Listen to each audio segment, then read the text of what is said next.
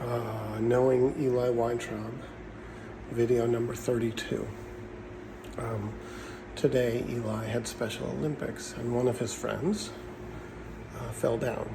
She tripped on the soccer ball in a heap on the ground, and she was fine.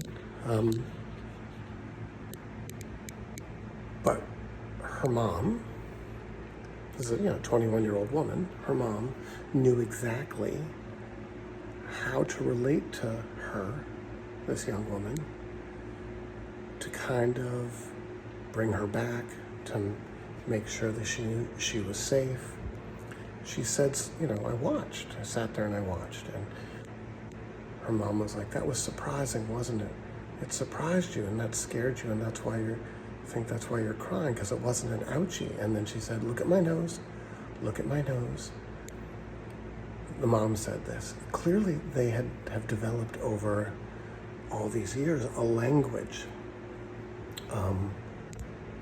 Eli and I, and Eli's mom, and Eli, we have developed a language around, and it's not simply wordplay. It's a language that's based on understanding and knowing. I mean, I can look at Eli when he's got a look in his eyes and say, are you having big feelings? What are you having big feelings about? Do you know? Like, we've had these conversations and experiences for 20 years. And I watched this mom and I was like, this is what all parents of young people with disabilities do. Is they know them so well. We know our children so well.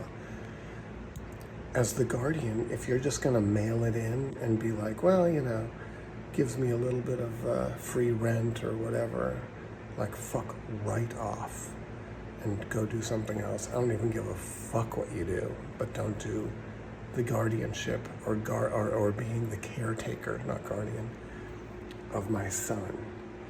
If you actually care and want to be a caretaker of a young person with a disability like my son Eli, you have to get to know him.